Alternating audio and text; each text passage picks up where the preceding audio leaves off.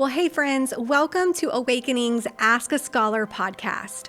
This is where you, the everyday Christian, can get your questions about the Bible answered by a biblical scholar. I'm Carla. And I'm Mike, and we're both glad that you decided to join our discussion. So let's dive in. Well, welcome everyone to episode 14 of the Ask a Scholar podcast. We're excited to have Dr. Long with us back again as we dive into another set of your questions around the books of 1st and 2nd Samuel. So Dr. Long, welcome. Thank you for being back with us a second time. Thank you. Pleasure. Awesome. Well, now that everybody has gotten to know you and they've gleaned lots of wisdom from you, and hopefully the last episode that they listened to, we're going to just dive straight into these questions. We've got 6 total questions that we're going to try to cover this episode. And so I'm going to dive into the first one, which is quite an interesting question.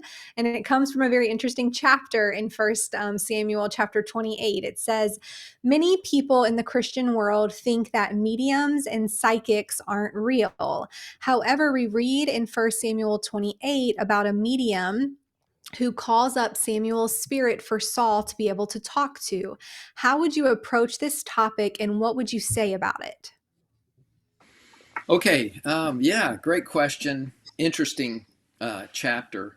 And by the way, the chapter ends kind of interesting, begins rather interestingly. I got to just throw this one thing in because before we get to the medium and Saul's action, we hear that the Philistines gathered their forces to fight against Israel. And Achish said to David, "You must understand that you and your men will accompany me in the army." David said, "Then you will see what your servant can do." And Achish said, "Very well, I will make you my bodyguard for life." I just can't resist giving you this little Hebrew tidbit. The term rendered bodyguard in most translations, or many translations, is actually keeper of my head. You know how we say, "I've got your back"? Well, if you've got someone's head, you're his bodyguard. But there's a pretty heavy irony that I think would have entertained an original audience, because Achish, like Goliath, is from Gath. They're both Gittites. And so it's sort of suggesting that David could earn a match set of Gittite heads. But anyway, that's a throwaway. Now to the real question. Are the issue of, are mediums real? Well, we know that they are real people. Do they actually contact the dead? That is a very different question. They may be contacting spirits, something in the spirit world, but they certainly don't have power, I don't believe, to call up the dead. And notice in this chapter, just read a couple of verses beginning in verse 11. The woman asked, "Whom shall I bring up for you?" "Bring up Samuel," he said. That Saul said. When the woman saw Samuel, she cried out at the top of her voice and said to Saul, "Why have you deceived me? You are Saul." So what's going on here? She is probably accustomed to dealing with her familiar spirits as she practices her trade. And this was not one of them. And this is something else, and it scared the living daylights out of her. And she recognized that something else was happening, that she had been deceived. And the king, Saul, goes on to say, "Don't be afraid. What do you see?" "I see a spirit coming up or an Elohim coming up from the ground." "What does he look like?" he asked. "An old man wearing a robe is coming up." And Saul immediately says, "Well, that's Samuel." Okay. And the narrator also says that it's Samuel. Samuel said to Saul in verse 15. It doesn't say an apparition that looked like Samuel said to Saul. It says Samuel said to Saul. So I do believe that this is quite likely actually Samuel, back from the grave, not by the power of the medium, but by God's power. We have on the Mount of Transfiguration, you have Moses and Elijah appearing with Jesus. God is the God of the living, not the dead. He could bring Samuel back, and he chose this occasion, I think, to perhaps scare the living daylights out of the medium, but also to allow Samuel to say what he had already said regarding Saul's rejection. And what Samuel has to say in this chapter is completely in sync with what he had said earlier. So I don't think some people say, well, it was just an apparition. I don't think that's the case. I think this is actually Samuel, who has been brought back by God, not by the medium. The Old Testament is very clear that mediums, necromancers, and so forth are to be not tolerated. Deuteronomy 18, read there in verse 11, or Leviticus 19:31. Do not turn to mediums or necromancers. Do not seek them out, and so make yourself unclean by them. I am the Lord your God. Or Leviticus 20:27. A man or a woman who is a medium or a necromancer shall surely be put to death. They're real, but I think they're dealing with demonic forces at best. They're certainly not dealing with the realm of the dead that is in God's power. Does that make sense? Yeah, let me ask a clarifying question though. So you're saying that she was a medium and she was used to um dealing with specific demonic spirits that were at her hand to be able to access. But in this instance, the Lord actually allowed for Samuel to appear and Mm-hmm. speak to Saul, and that not only freaked her out, but but reinforced the message that Saul needed to understand. But that was actually the Lord doing that, not the medium. Right. That would be a good summary. The only thing I would qualify, and it's in my comments, I'm not sure that she was dealing Mhm. with demonic spirits. She might have simply been a charlatan, but in any case, she was shocked by what transpired. Mhm. It wasn't Okay. her normal practice. Yeah. Okay. Mike, any thoughts? I mean, I guess I would nuance it, Dr. Long. I would take the view that I would not be surprised that necromancers, mediums, that they dealt with, people's requests of asking like a dead loved one to appear or to like somehow contact Mm-hmm. the spirit or the Elohim, of now, that person who's deceased. Now they are in the world of the Elohim. They're in the world of all these like spiritual beings. Um, what I do find funny and interesting is that Saul was the one that had made it illegal to be a medium, Mm-hmm. and all of a sudden now, like in some sense, I wonder what was the delay. That like was the surprise because Samuel actually showed up, or was the surprise that it dawned on her? Wait a minute, who would ever ask? Like who in the world would ever ask for Samuel to come up? Oh Yeah. no, Yeah. it's the very guy Yeah. who has been trying to kill me. Mhm. It's the very guy Right. that is like, was this a trap? Was this a case of entrapment? Um, Right. and it's also interesting. The other thing about that I find very funny about this moment, right, is that the last time Saul and Samuel had a conversation was that chapter 15 moment where, like the Lord your God, and he tore Samuel's robe previously. And, Mm-hmm. in tracking at times when I've like talked and tried to tell people, I believe that this is actually Samuel, and they would say, oh no, this is probably just a demon. Like it breaks the narrative rules of how you tell a story. Right. And if you go with that explanation, because Samuel's robe, as is described in the book, his mom every year would make a new robe for Right. him. Precisely. Every time she went up, it was like her. Yeah. And so, whatever robe he's wearing at the moment when Saul tore it, that probably was the last robe that his mom ever made for him before she died. Like, Mm-hmm. that's the last thing that he has from her. And like, Saul tore it. And so when the medium then describes, well, what does the spirit look like? And she's like, is a guy, he's wearing a robe, and Saul somehow recognizes that. Yeah. I was like, yeah, Yeah. because that was the last thing you probably remember about Samuel. You ripped his robe, the very thing that his mom gave him. You ripped the very thing that was Yeah. precious to Yeah. him. And, Yeah. and, and even in the afterlife, he's still wearing his Yeah. mom's robe. Like just like it's a touching, and there's a very clever way in the narrative to say, yeah, this is Samuel, and because we always keep mentioning his robe, yes, this is really Samuel. Yeah. Yeah. No. Mm. No. I agree with all of that. I think that yeah. I think you're right, and it's good to bring in those that earlier conversation and the significance of robes. I'm not sure his mom was still making robes in his mature years, but maybe she was. But certainly robes were a significant signifier of who Samuel was. Mm. Yeah, Awesome. very good. Okay, let's jump to the next one. This question says, and so we're in Second Samuel now, so let me just make sure everybody knows we're pivoting on to Second Samuel. The question says, in Second Samuel 6, we read how the Lord struck Uzzah. Did I say his name right? Uzzah? How do you say it? Yeah. Well, Hebrew would be Uzzah. Uzzah. Okay. That the Uzzah. Lord struck Uzzah down because he placed his hand on the ark when the oxen stumbled. This seems truly like an accident. Why would God act out in such a harsh way? It seems even David felt it was too harsh, as in verse 8, it says that David was angry because the Lord had broken out against Uzzah. Okay. Yeah, this is an interesting and in a sense jarring episode, because I sympathize with the questioner's sense that what wasn't this a bit, wasn't Uzzah just trying to do the right thing and keep the ark from tumbling down? Right. Yeah. Interestingly, and this is in 2 Samuel 6.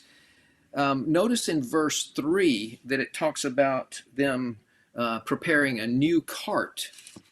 And the last time the Ark of the Covenant was put on a cart, it was by the Philistines back in 1 Samuel 6. I think in verse 7 it mentions them putting him on a new cart. But this is contrary to the instructions that were given when the ark was built. Okay, so if we, and to make this relatively brief, you could look at Exodus 25:10-15.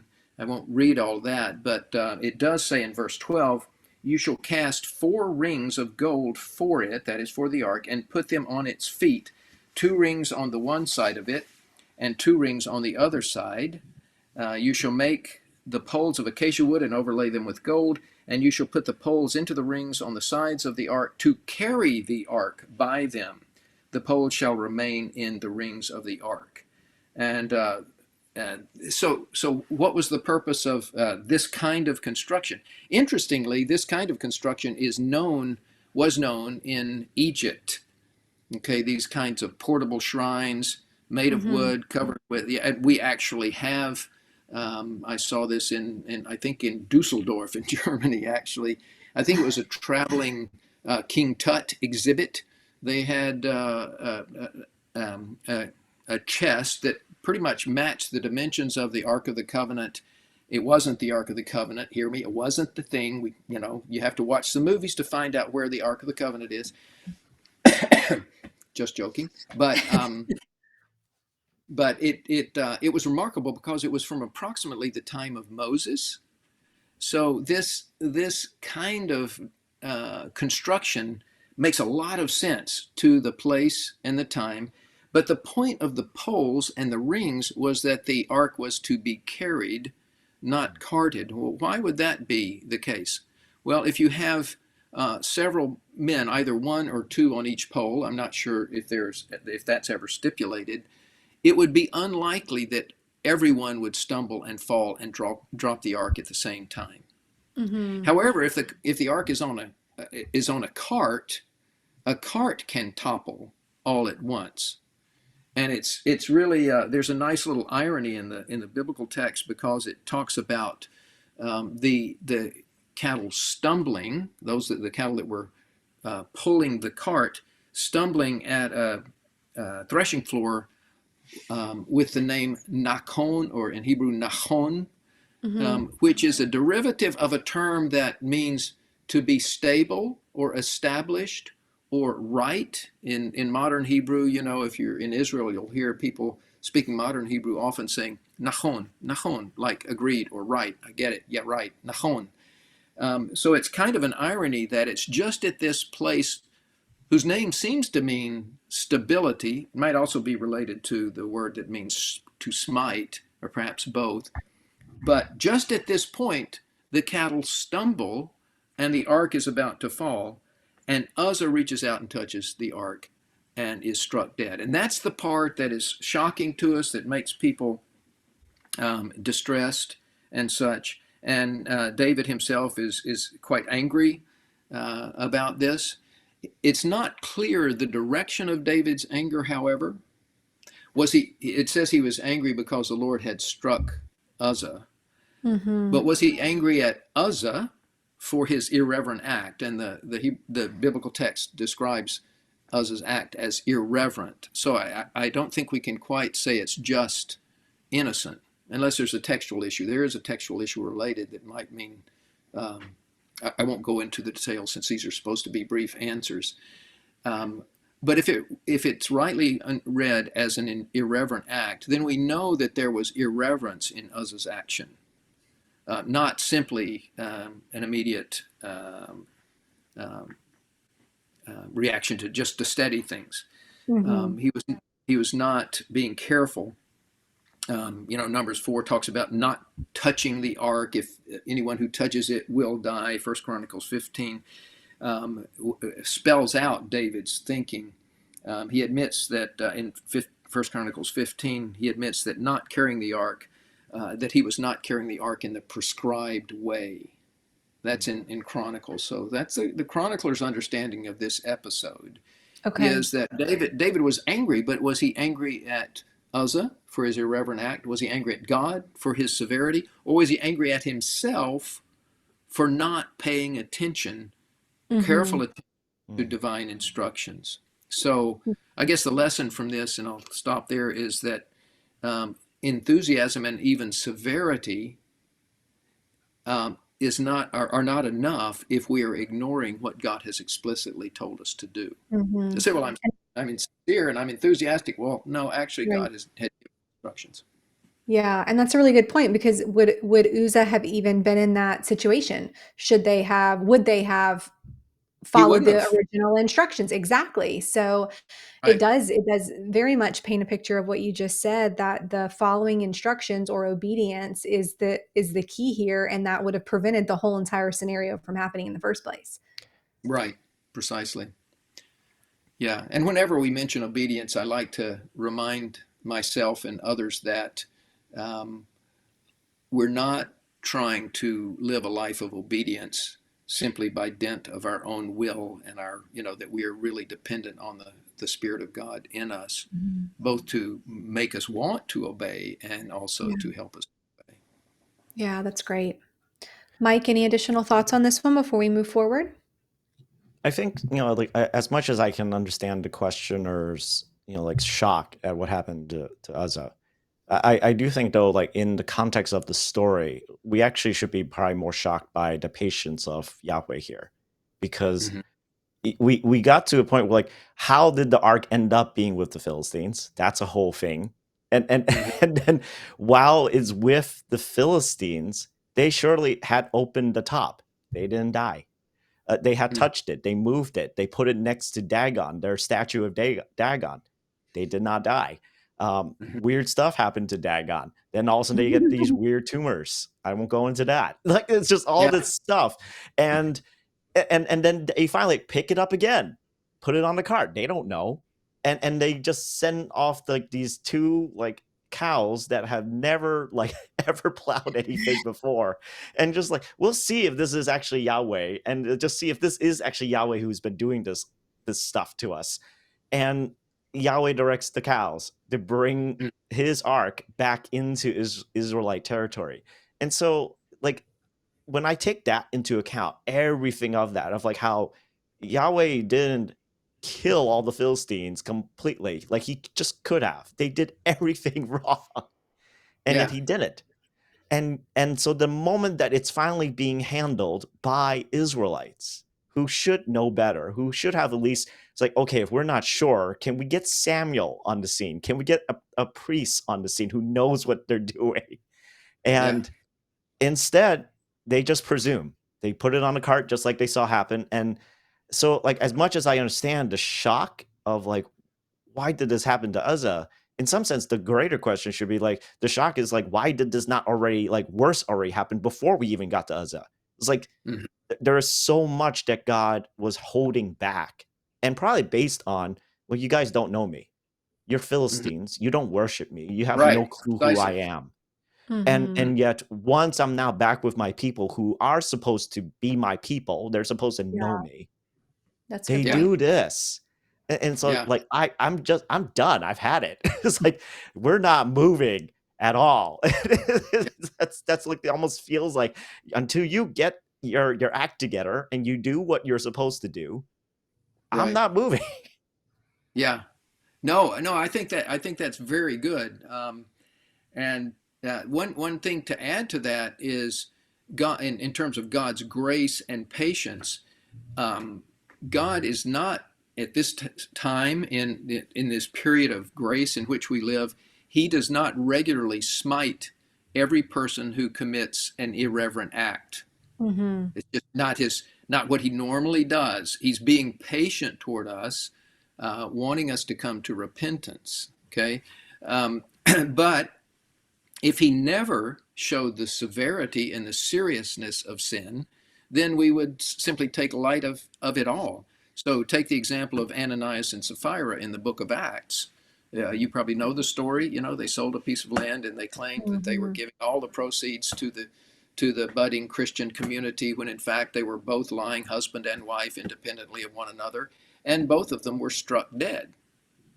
Well, that can seem pretty severe, but God is trying to say, actually, sin is very serious, and I need to show that on occasion, even if only Hmm. rarely.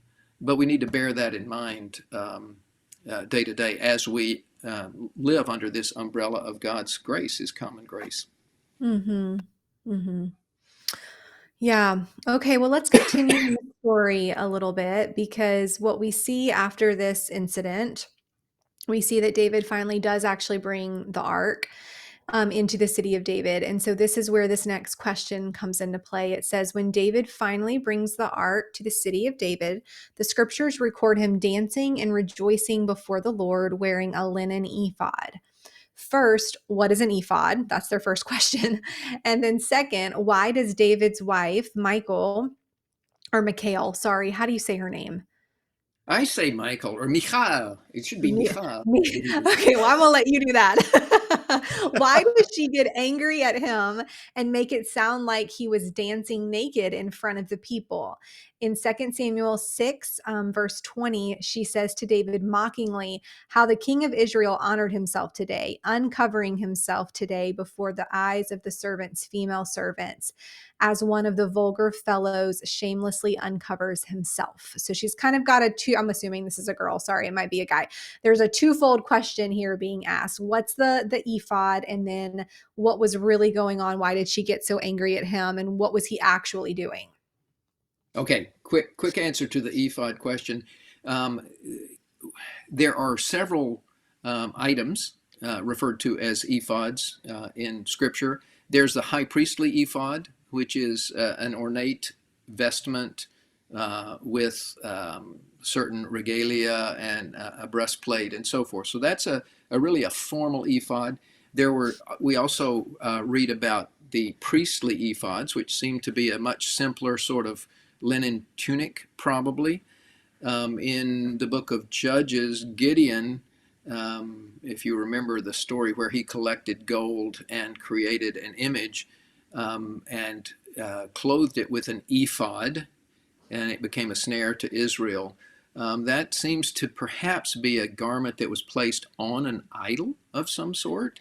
Ephod is used in various ways. It might be sort of like the way we would use the term robe.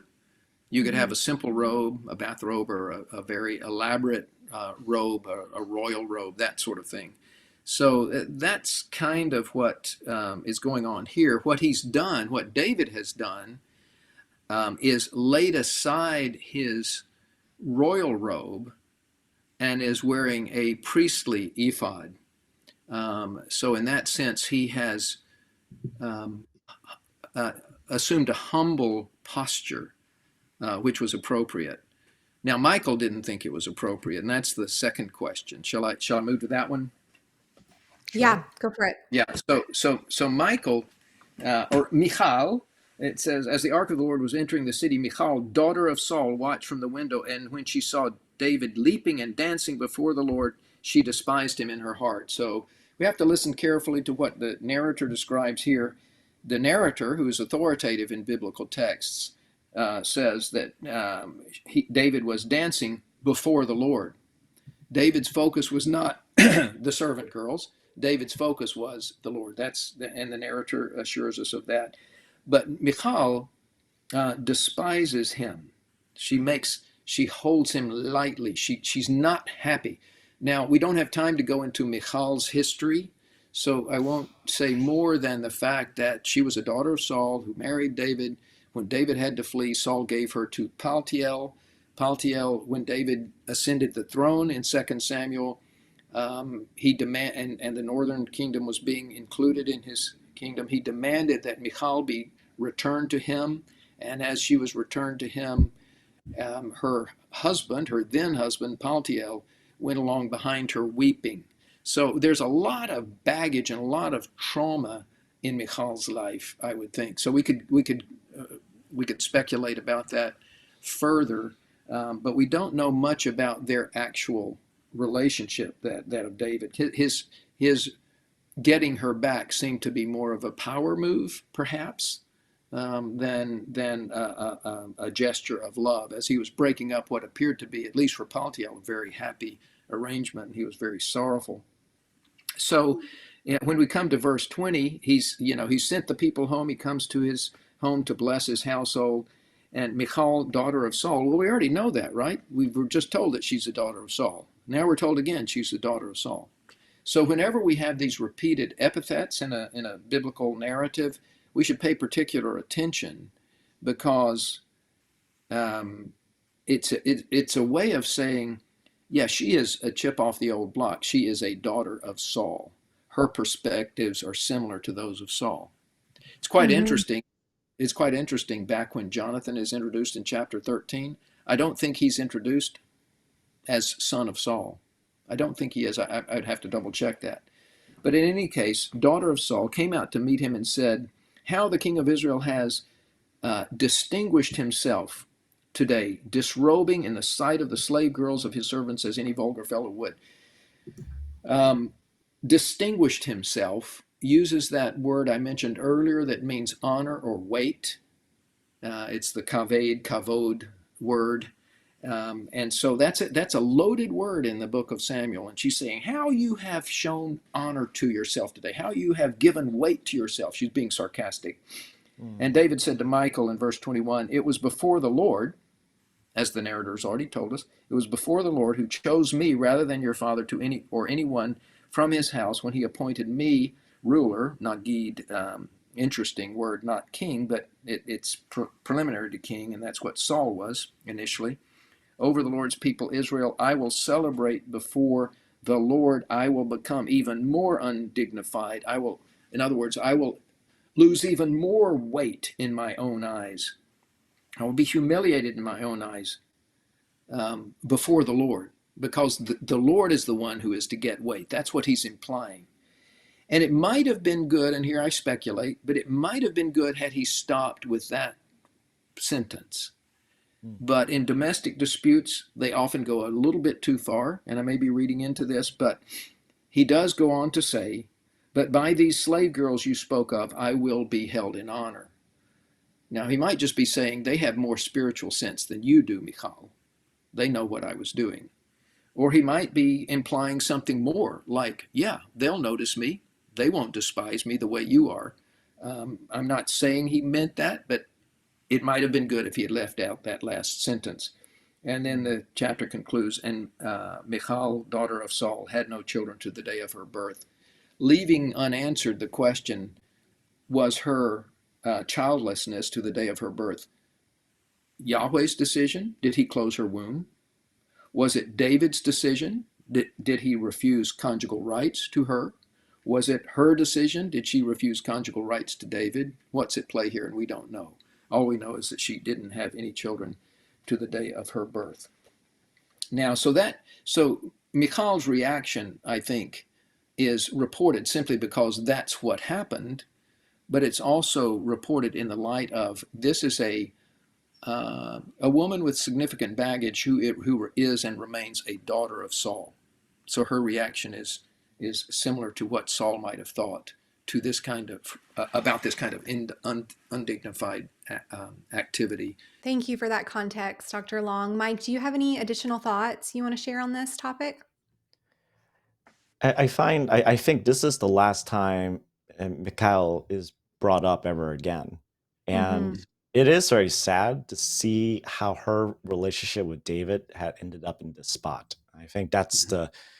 the thought that I keep returning to is how David had gone out at Saul's request. If you want to marry my daughter Michal, you're gonna have to get me all these Philistine skins, and you have to go and do this, and you have to get all this amount. And David does more and above in order to obtain the right to marry her.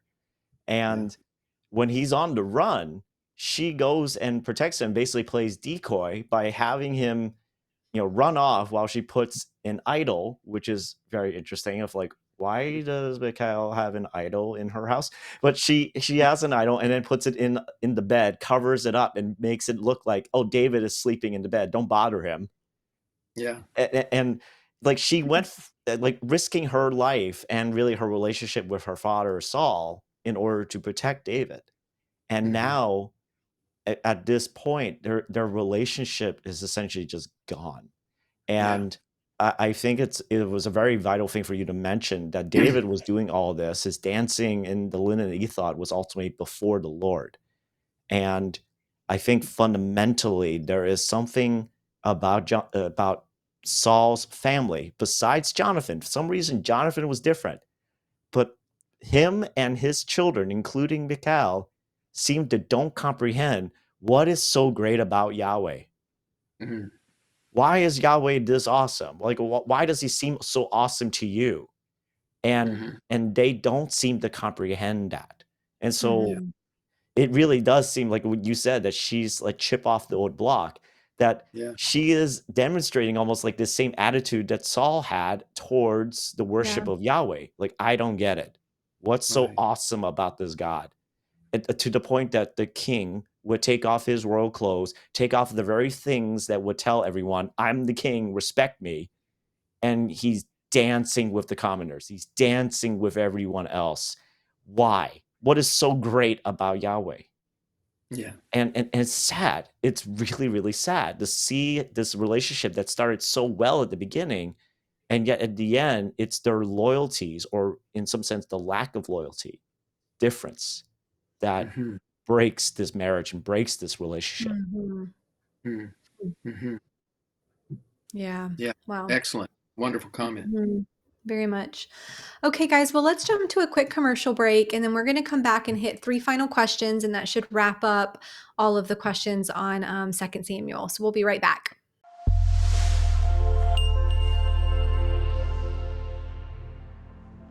If you're not already reading with us, we'd love to have you start reading today. Every month in the Awakening Bible community, we read a book or several books of the Bible together.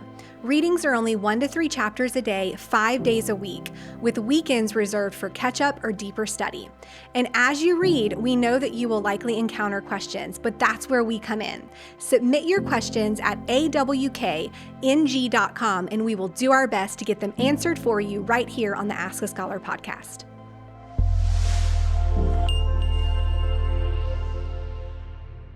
Well, welcome back, everyone. We've got 3 last questions to get answered, and then we'll wrap up this episode. So let's dive right in. Dr. Long, this is the next question that we've come to. It says, in 2 Samuel 12, we read about how the Lord is punishing David because he had an affair with Bathsheba. He then killed Uriah, her husband, and then married her and had a child with her. I understand that David should be punished, meaning for his adulterous actions and, killing Uriah. But to kill his son, an innocent boy, just seems wrong. Okay. Well, I think we can all sort of sympathize with that view, feel that view ourselves. And I think when you read the text, that is kind of the way it seems. That the child did nothing. Okay. Right. God is sovereign over life and death. So there's that. But I think I would want to start with the notion that God can be trusted with the lives of little children, some who die too early by our estimation. God is sovereign and can be trusted. I think sometimes our problem is that we think simply in terms of this life as the only life. But we know from Scripture that this life is not the only life, and actually pretty short life, comparatively speaking. So I would say we have to trust God with his sovereign decision in this case. Additionally, I would say David has genuinely repented, and I won't demonstrate that. I think we believe that from chapter 12 and his response.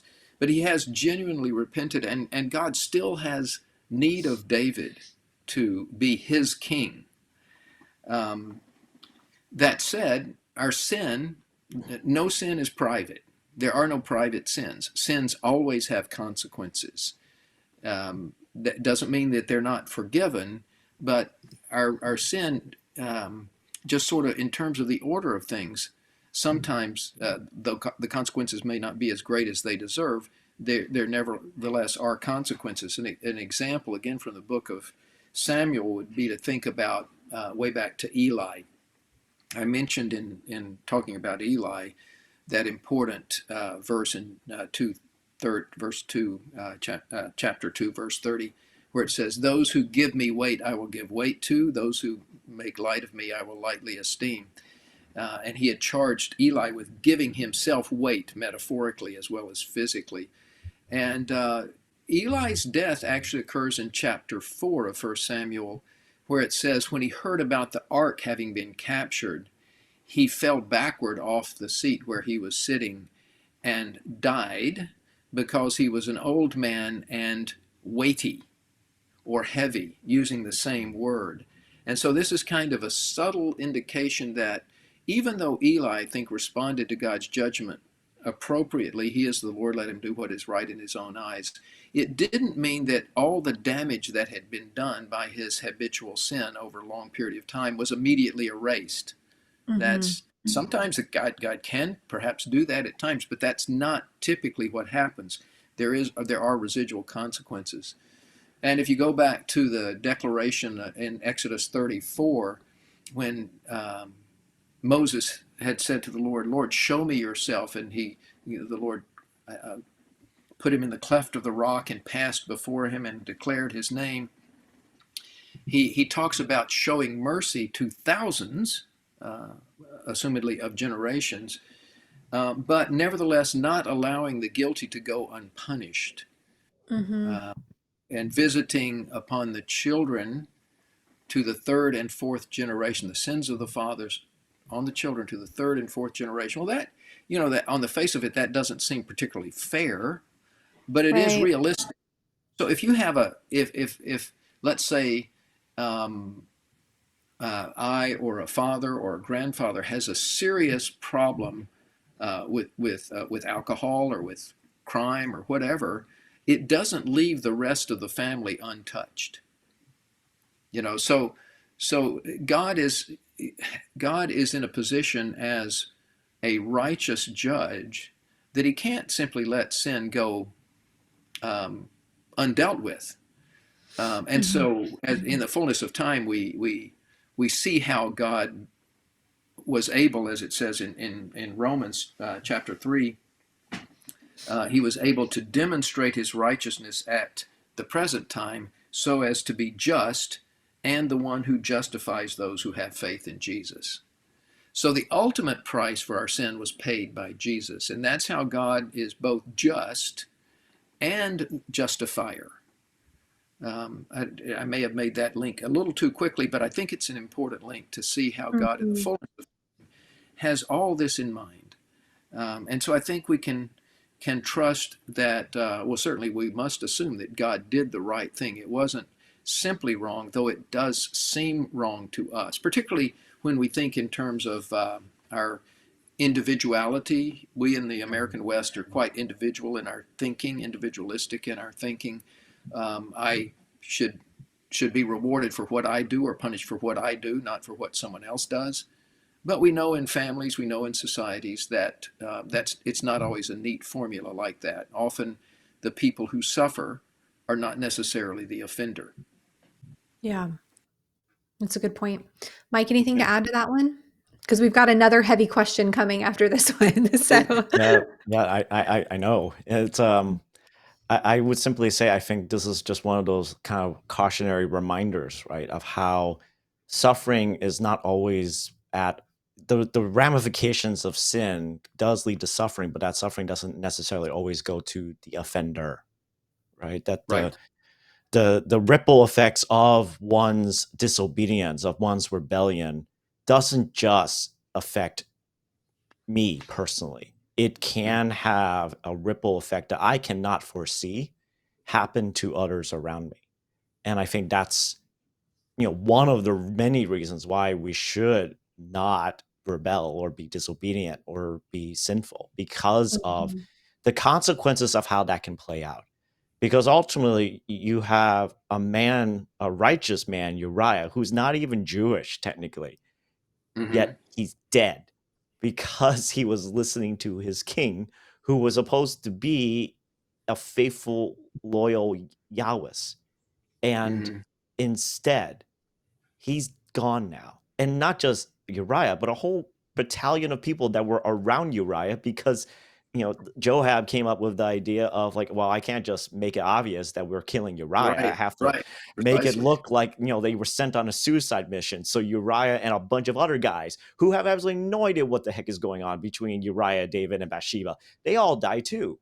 And so Hmm. there's a lot of blood on David's hands Mhm. for his actions. And so in many ways, his marrying Bathsheba was like this nice little neat way secularly of just tying up the bow, of making it look like everything's good, everything's fine. This child Right. is mine. I had impregnated Bathsheba, but this child is now under a legal husband-wife household. And it's as though Yahweh is basically saying, I'm not letting you have that nice little picture that you painted to yourself. Hmm. That this is Hmm. not going to happen. You're going to have a pain that will stay with you and with Bathsheba, and the memory of all this will stay with you. And it's hard. I still grapple with it because of the innocence of the child. But at the Right. same Yeah. time, I also know so many others. Like there's this almost this desire of almost like that reminder of what Yahweh said to Cain. Do you not know? Can you not tell that your brother's blood is crying out for justice? That Hmm. there is a sense of there has to be justice. This was not just. And so it's not just Uriah, but so many countless other men who died along with him. For what? For a deception, to cover David's sin.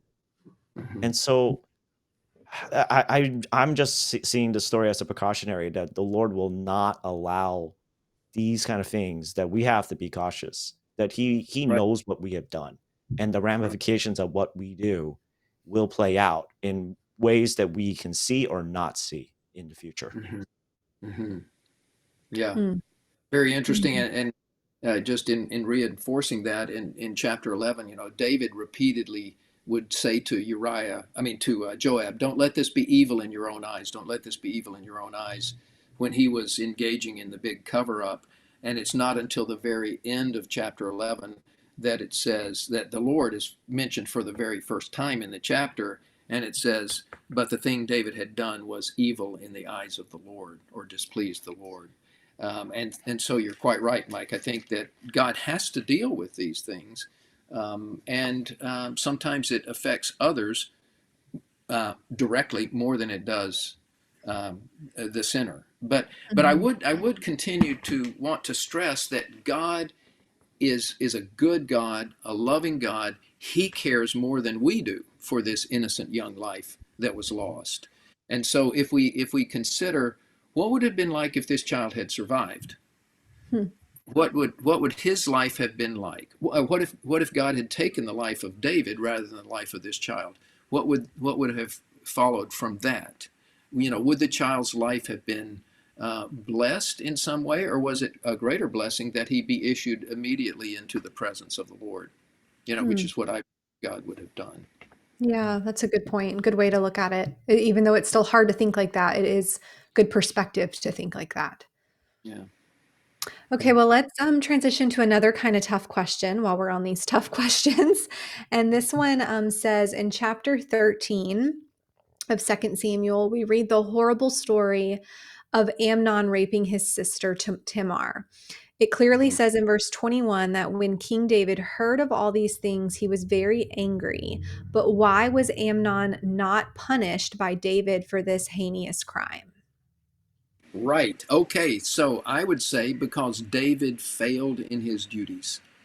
He failed in his duties at this particular point. So we remember where this comes in sequence. It's right after chapter 12, and which right after chapter 11, David's great fall. And I think that someone said one time that every great sin is like a great blow to the head. It leaves us, I'm paraphrasing, it leaves us stunned and unsteady on our feet for a while. And I think we know experientially that that's true. And so I think that what you see in the rest, basically the rest of David's life, is his struggling to regain his balance, his spiritual balance. And though he was forgiven by God, one has to wonder, had he forgiven himself? Um, and he will have had ringing in his ears the pronouncement that Nathan had made in 2 Samuel 12, verse 11, where it said, out of your own household, I'm going to bring calamity on you. So David, with that ringing in his head, he might be thinking, well, Amnon was wrong, but, I'm at fault. I'm guilty too. And it may have been very difficult for him to actually stand up and say, yet nevertheless, I'm Mm-hmm. king. I have a responsibility. It's sort of like a parent who parents out of their own sense of brokenness and Yeah. says, how can I correct my child and guide them in the right way when I didn't follow the right way myself? Um, and yet I think we have to rise above and realize that two wrongs don't make a right. If we have Mm-hmm. done wrong in our lives, that doesn't mean that we fail to parent well. We seek to be good and godly parents, whatever our past, so as perhaps to help our children not to build a past like that burdens us and we're ashamed of. Yeah. David. So I think David was, in a sense, though forgiven, was nevertheless a cobbled or crippled man to some extent after that great lapse. He gradually, and he had moments of greatness, and, the Psalms indicate his awareness of his own sin and so forth.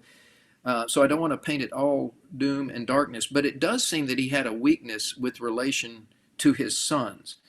So, Mm. for example, in the next chapter with Absalom, Mm-hmm. Absalom, because David didn't deal with Amnon, Absalom did. Right. Tamar was Absalom's sister, and so Absalom dealt with uh, Amnon and was sent into exile. He had to flee for his life.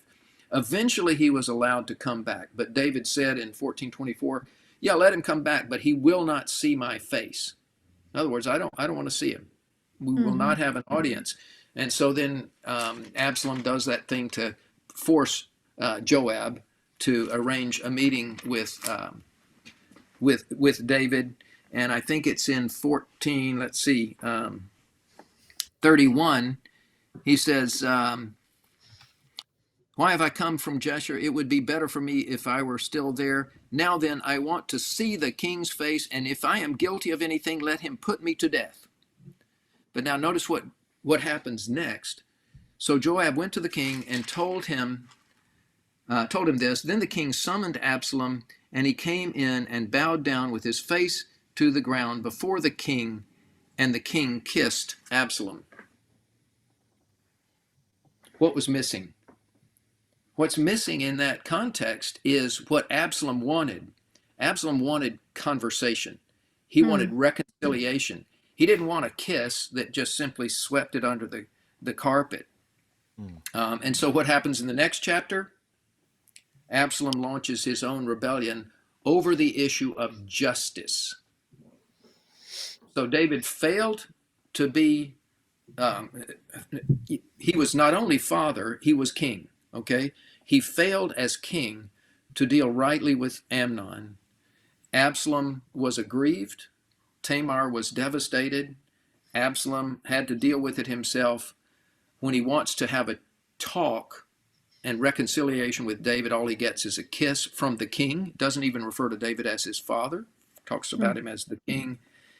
And then the rest is history. Absalom launches his rebellion, and there are several chapters of the worst political and familial days in David's life.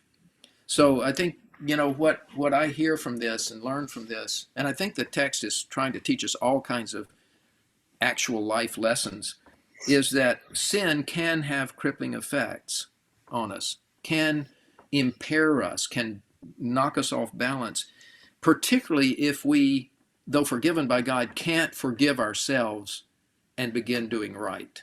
Mm-hmm. So, sometimes to forgive ourselves, we may need to go to a counselor. We may, whatever it takes to say, I need to understand that God has forgiven me. I'm a new creature. I'm not going to continue to act in impaired ways, particularly in relation to those around me, my family, my children, and so forth. Does that Yeah, make sense? it does make sense. Yeah. Mike, anything you want to add before we hit the last question? I mean, I think Dr. Long, you hit it on the head there. And I was going to mention as well, like there is this interesting thing that David has towards his sons. Mm-hmm. That Mm-hmm. he knew the pronouncement from God about the son that was from him and Bathsheba, and yet he prayed for a very, very long time, fasted, was really hoping God would change his mind, and he didn't. And Mm-hmm. he was okay with that, it seems. But I wonder if the memory of that, like, well, I have these other sons. I don't want to lose. I don't want to lose Amnon. Mm-hmm. And now, like, okay, Amnon's gone, but now I don't want to lose Absalom. And Yeah. it's like just bit by bit, he's Mm. not doing what he ought to be doing. He knows Yeah. that, and yet there's that fear of I don't want to lose them, and yet ironically he does lose them because he was not willing to do what he had to do as Yeah. a Yeah. father, as a king. And Right. the consequences of that just keeps rolling out. Mm-hmm. I keep thinking about how God's pronouncement through Nathan of how, yes, God did promise in chapter 11. I think it was chapter 11. It was after Mm-hmm. everything was pretty much Yes. secured. He won't have any more conflict on the outside. There won't be any more external issues coming in. But it's so interesting that Yahweh left it that way. It's like, yeah, you won't have any external threats. But after everything with Bathsheba, but I didn't say anything about internal. The Yeah. sword will not leave your house. And ironically, there is this constant use of the sword in David's own house. Mm-hmm. And Right. it's such a sad reality that he's so afraid of losing his sons that ironically, because he did not deal with Amnon as he should have, he lost another son in the end of this terrible process.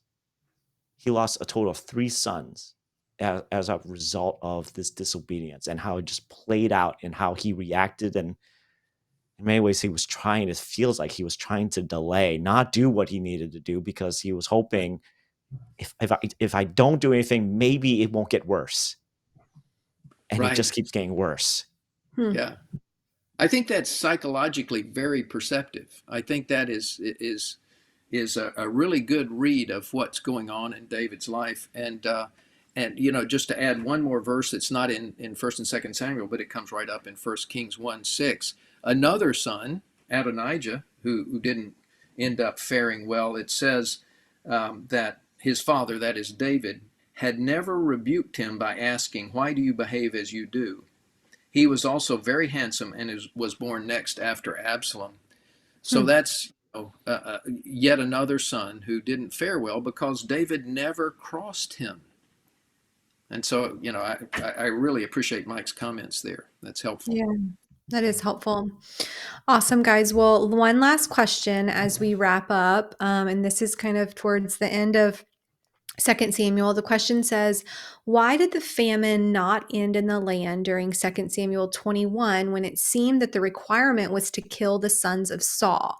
After they were executed, the famine didn't end and only finally stopped when David buried Saul and the rest of his dead sons. Was there an implicit issue that David had to address with Saul? Yeah. Um, It's a lovely conclusion to the book, and I'm going to hold something up. Just this is preliminary, but this will be quick. Um, that people have often thought of these last chapters 21, 22, 23, and 24 of Second Samuel as sort of like all the extra material we couldn't fit in elsewhere. But I think more helpful studies have shown that it actually is a powerful conclusion to the book, and it's structured in an inverse relationship. It's not exactly a chiasm, but it's similar to a chiasm, an ABC, CBA sort of construction, where the outer frames, I don't know if you can see that. We'll wait. Let's see. Whoops. Come the other way. Yep, right there. There we go. It's hard to work backwards. You see the A and the AA and the A prime are both accounts of royal sin. And anyway, you can find this chart in my commentary or in other places. Similar Okay. things are done. But so what's happening here is you've got an account of Saul's sin in chapter 21, and that's the one that's in focus here. And then you've got an account of David's sin of taking a census at the end of the book in chapter 24. And so these kind of parallel each other. And what's interesting here in 21 is there's a famine, and David, notice this, and I think this might be key. It says, during the reign of David, there was a famine for 3 successive years. So David sought the face of the Lord. The Lord said, it is on account of Saul and his blood-stained house. It is because he put the Gibeonites to death. And there's a whole background to that. The covenant with the Gibeonites made by Joshua when they came and had disguised themselves as if they were from a far country and so forth and so on. But in any case, he had made a covenant that needed to stand. And Saul, in his zeal for Israel and its nationalism, had tried to exterminate the Gibeonites. And so they were aggrieved, and apparently the Lord thought an injustice had been done and had sent a famine. So David was right to inquire of God, what's the problem? Why are we having this famine? God's in charge. What's going on? What does he do next? Well, the next thing he does is the king summons the Gibeonites and spoke to them. And they're the ones who suggest the solution. And I won't go into all of that, but I think part of what's at least worth considering is it was right that David prayed and inquired of the Lord as to what was causing the problem. He probably, in my view, should have continued his prayer in terms of what would be the right action to take. What's the solution? Instead, once he knew that it involved the Gibeonites, he began to inquire of them what needed to be done. And so a number of Saul's sons, 7 or perhaps more, 7 can be the number of completion, were impaled and probably impaled. They were killed and exposed to the elements, and Rizpah, who was the concubine of Saul, took it upon herself for a long time to protect the bodies from further desecration by the elements and the animals and so forth. And the famine was not lifted, and that's the point of this question. Why was the famine not lifted? Well, I think David still needed to learn a lesson.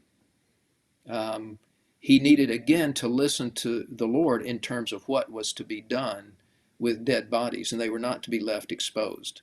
They were to be given burial. So I think it was fitting that after David gave appropriate burial to those who had been executed, and to the remains of Saul and Jonathan, which had been retrieved, after he gave them burial, then the famine was lifted. So I think even though the focus is on Saul's sin in chapter 21, I don't think David comes across unscathed. I think he still needed to learn a lesson.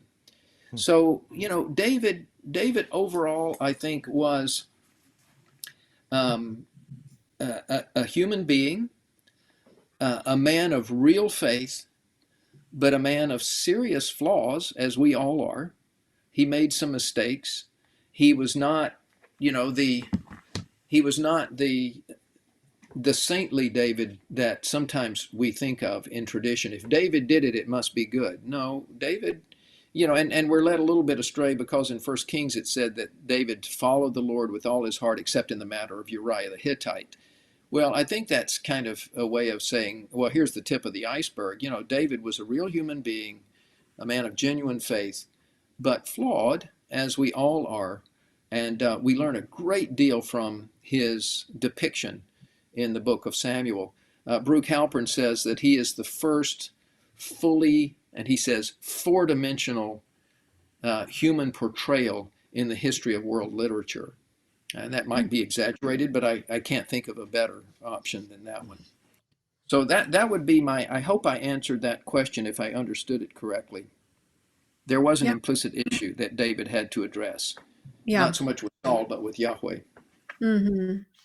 Mike, any last thoughts? I can't help but wonder what David was thinking as well when they had to retrieve Saul's remains and Jonathan's remains. Mm-hmm. And a part of me wonders, in some sense, it is like burying and finally putting to rest the legacy of the Saul family. Mm-hmm. And that included, yes, Saul and many of the sons and just, that negative part of that memory. But then Jonathan is also a part of that and laying to rest Jonathan too. So I do find that, as sad as it is, and I do appreciate that, okay, it's not necessarily just the technicality of just killing the sons, but there is also the need to properly follow what God had stipulated, that human remains should not be left out to be desecrated. Mm-hmm. They should not be left to wild animals and scavengers. It's a very dishonoring thing to do. And so give them a proper burial, no matter what your relationship was like with them in life. Put their remains and put it to rest. Mm-hmm. And so I just can't help but wonder. The text doesn't tell us, but I would imagine, or I speculate at the very least, of how loyal Jonathan was back to David, that this was the very least that David could have done for Jonathan, at least. Right. Mm-hmm. Yeah. Yeah. And it's interesting. I love that, Mike. And it's interesting that this book of Samuel, which began with Hannah, we're not Mm-hmm. quite to the end yet, but it's interesting how Rizpah again figures another woman figures strikingly at the end of this book as doing the right thing and in a sense helping David to come to his senses and himself to do the right thing. That is interesting. Wow.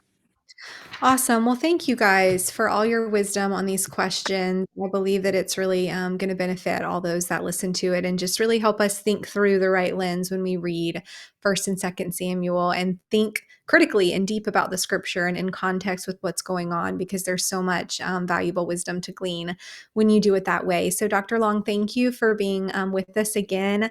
I want to encourage all those students to make sure you listen to the previous episode if you have yet to, because on that episode, Dr. Long shares a bunch of his resources, his commentary, some of his other books that he's written, and that would be honestly really great resources for you to add to your collection. So make sure you check those out and get them on Amazon and help him out in that way. And then let us end with one final fun question, like we do. And your fun question for today is: what is your favorite thing to eat?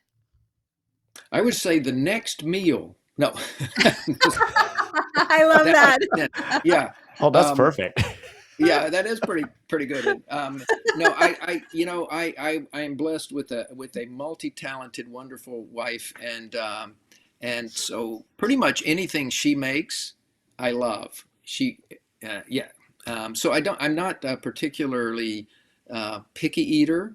I will eat what's set before me, and so I don't really have a favorite thing. I don't think.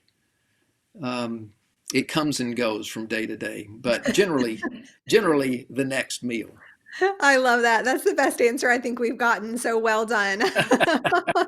Awesome. Well, thank you so much for being with us. It's been a true honor to have you.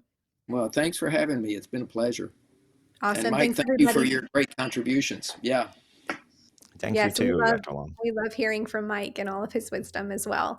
Well, thank you guys for listening. Make sure you like, share, subscribe, leave us a review, and we are excited to be with you again next month as we dive into more questions on different books of the Bible. If you're enjoying the Ask a Scholar podcast, Click follow on your podcast listening app to subscribe. Want to help further our mission? Consider becoming a monthly partner at AWKNG.com and help us make an impact in the lives of others all around the world as we work to make biblical understanding accessible to all with no exceptions. Join us next time as we get more of your Bible questions answered. And don't forget to visit AWKNG.com to engage in all our biblical resources that we offer.